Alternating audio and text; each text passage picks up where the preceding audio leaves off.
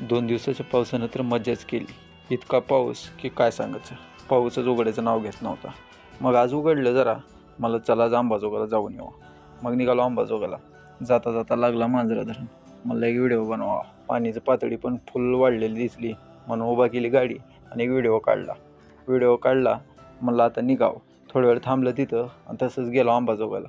गेलं, काम निपटलं. मला आता निघावं माघारी निघायची एवढी गडबड का केली, आभाळ भरून आलेलं दिसलं. मला जायचं आता माघारी लवकर. नसता पावसाचं काय खरं नसतं. मग लगेच माघारी निघालो.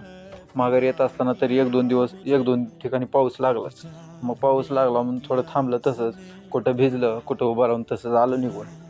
मला आता चला जाऊ, आपलं आज पोळा आहे. बैलपोळ्या सगळ्याला शुभेच्छा. मग लगेच आलो आणि पोळा रंगवून काढला. म्हणलं आता बसावं थोडं, शेरडं चारावी आणि मग